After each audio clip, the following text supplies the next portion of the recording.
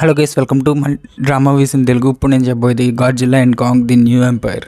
కొంతమంది ఇలా అంటారు, కొంతమంది గాడ్జిల్లా ఎక్స్ కాంగ్ అంటారు, రెండు రకాలు అంటారు. ఇంకా రివ్యూలోకి వెళ్తే ఈ మూవీని డైరెక్ట్ చేసింది ఆడమ్ వింగార్డ్.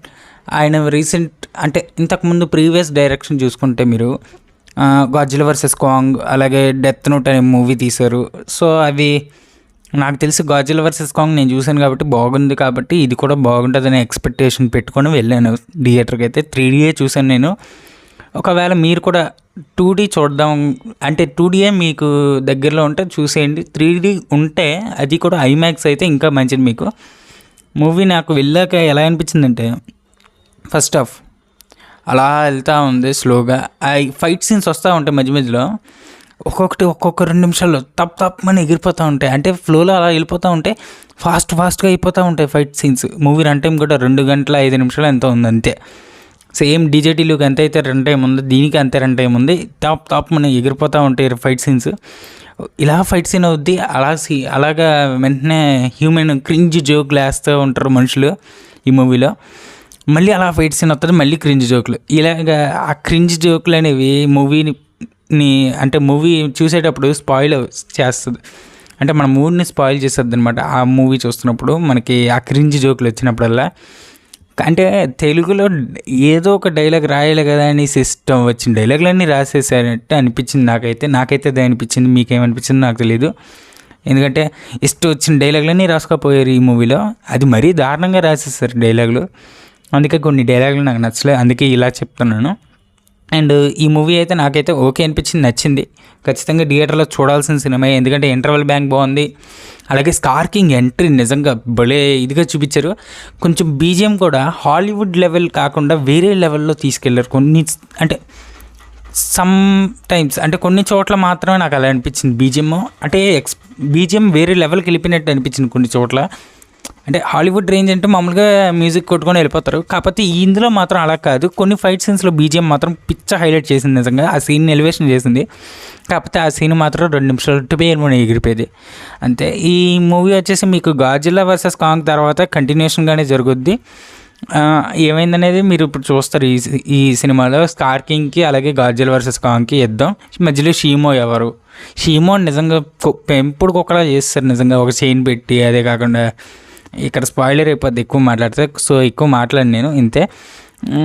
మన సబ్స్క్రైబర్లు ఒకరైతే మనల్ని అడగడం జరిగింది ఇలా క్యాస్ట్ పేర్లు ఏమొద్దని. సో ఏం చెప్పట్లేదు, కాకపోతే ఆ చిన్నపిల్ల క్యారెక్టర్ ఓకే బాగానే చేసింది. అండ్ గాడ్జిల్లా కాంగ్ ఇలాంటి చిన్నపిల్ల క్యారెక్టర్ కూడా బాగానే చేసింది నిజంగా.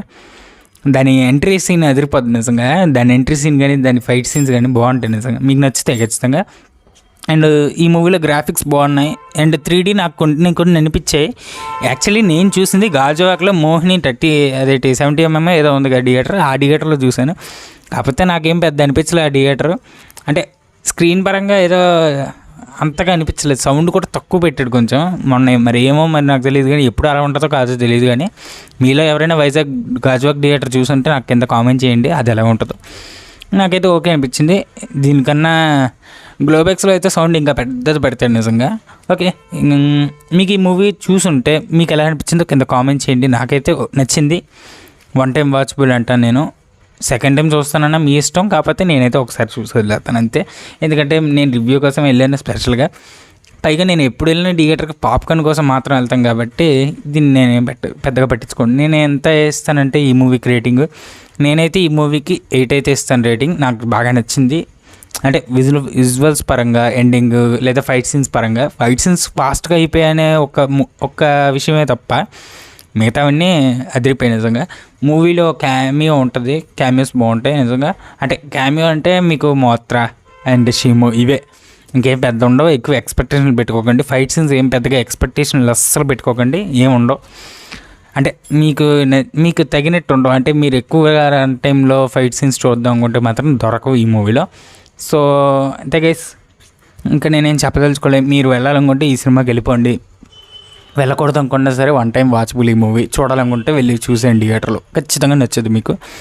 అండ్ దీనికి సీక్వెల్ ఉంది, కాకపోతే అనౌన్స్ అయితే ఏమీ ఇవ్వలేదు దీనిలో ప్రస్తుతానికి. ఈ మూవీ ఎండింగ్కి అయితే ఏమీ ఇవ్వలేదు, అంటే పోస్ట్ క్రెడిట్ సీన్ ఆర్ ఏదో ఒకటి. మా థియేటర్లో అయితే ఆ టైటిల్స్ పడతా ఉంటాయి కదా, టైటిల్స్ అన్నీ స్కిప్ చేస్తాడు. టైటిల్స్ అన్నీ కరెక్ట్గా 20 సెకండ్లో స్కిప్ చేసి మూవీ క్లోజ్ చేసి అంటే బ్లాక్ స్క్రీన్ వేసి కటన్ దించేసాడు దెబ్బకి. అదేంటి అర్థం కాలే. కనీసం ఎండ్ స్క్రీన్స్ వెళ్ళేదాకా కూడా ఉంచలే. 5 నిమిషం 2 ఖచ్చితంగా కరెక్ట్గా 30 సెకండ్లో మొత్తం దించేసి మొత్తం క్లోజ్ చేసాడు థియేటర్. లైట్లు వేసేసాడు మొత్తం, అంతే. మరి నేను క్రెడిట్ సీన్ ఉందనుకుని కూర్చొన్నాను. నేనే కాదు, చాలామంది నా వెనకాల కూడా కూర్చొని ఉన్నారు. కాకపోతే వాడు వేయలేదు. అది అందరూ లెగ్స్ వెళ్ళిపోయే వాళ్ళంతా మమ్మల్ని చూస్తున్నారు. ఓకే, ఇంతటితో ఈ రివ్యూని అయితే ముగిస్తున్నా. మన ఛానల్ మీకు నచ్చినట్టయితే, ఈ రివ్యూ మీకు నచ్చినట్టయితే సబ్స్క్రైబ్ చేసుకోండి, వీడియో లైక్ చేసి షేర్ చేసి కామెంట్ చేయండి. డీజేటీలో మూవీ రివ్యూ అలాగే మిగతా రివ్యూస్ మన ఛానల్లో ఉన్నాయి, వీళ్ళు ఒకసారి లుక్ చేయండి.